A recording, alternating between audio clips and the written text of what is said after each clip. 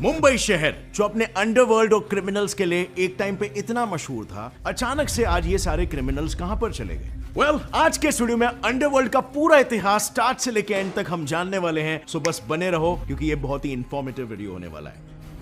मुंबई के underworld mafia की कहानी शुरू होती है 1950 के दशक से। ये वो दशक था जब मुंबई सिर्फ 3 लोग के नाम से जाना जाता था। नंबर 1 अफगानी मुंबईकर करीम लाला उर्फ पठान, तमिलनाडु से आया हुआ हाजी मस्तान और वरदरंजन मुदलियार उर्फ वर्धा भाई। ये तीनों 1930s में मुंबई आकर बसे थे और यहां आते ही इन्होंने एक चीज देखी, tax.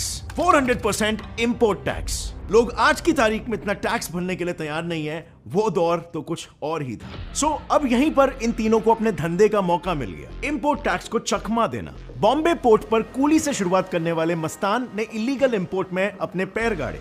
Victoria terminus railway station पर कूली का काम करने वाले वरदरंजन ने कार्गो की चोरी और सिटी में शराब के डिस्ट्रीब्यूशन का रास्ता पकड़ा। और पठान करीम लाला ने अपने तगड़े शरीर और अन्य अफगानी पंटरों के दम पर एक्सटॉर्शन रैकेट्स के साथ साथ शराब और गैम्बलिंग के ठेके चलाना शुरू किया। खैर, वैसे तो गैंगस्टर्स अपने इलाके में किसी को बर्दाश्त नहीं करते, खास करके कंपेटिटर्स को, पर इन तीनों के बीच एक आपसी समझौता हो चुका था। और तभी तो मुंबई की एक मायन में ये तीनों तलवारें होने के बावजूद भी सब कुछ बिना किसी राड़े के आसानी से चल रहा था। पर जैसे जैसे करके इन तीनों का दबदबा मुंबई पर बढ़ रहा था, 20 से 25 सालों के दौरान एक बच्चा मुंबई का चौथा हिस्सा लेने खड़ा हो रहा था।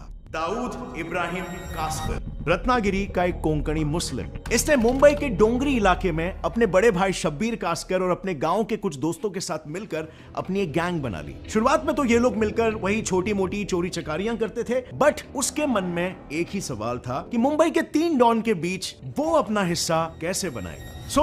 उसे बस एक ही ऑप्शन दिखाई दिया कि मुंबई में रह रहे किसी भी डॉन को बस उंगली करो, उसकी गैंग से लड़ो, उसको हराओ और अपना हिस्सा बनाओ।